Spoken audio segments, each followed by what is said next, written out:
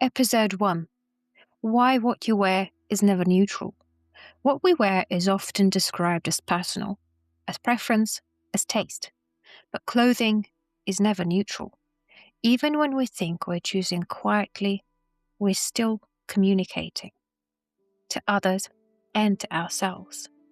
I've spent most of my life watching this happen in fitting rooms, in ateliers, in moments before a woman steps out into the world wearing something she's unsure of, or something she finally recognizes as herself.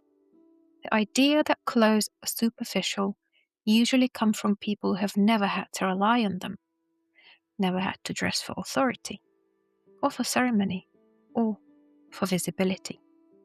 When you dress for an occasion, a wedding, a formal dinner, the races, you're not simply choosing an outfit.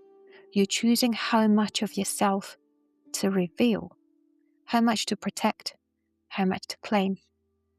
That's why people feel anxious about dressing well, not because they don't know what to wear, but because they understand instinctively that clothing has consequences. A well-cut garment doesn't shout, doesn't explain itself. It holds its line. And that line, the shoulder, the waist, the length, does something very subtle. It tells the world where you stand. As a designer, I don't think about trends first. I think about the posture, about how a woman enters a room, about whether she feels the need to apologize, or whether she can simply exist. Clothes can amplify uncertainty, but they can also absorb it. That's why simplicity is often misunderstood. A restrained garment can feel confronting. It doesn't distract, it doesn't perform. It asks you to stand still inside it.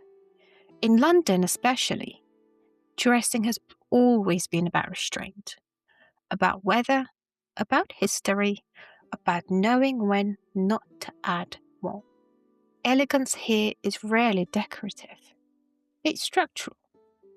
And structure, when it's done well, gives you freedom.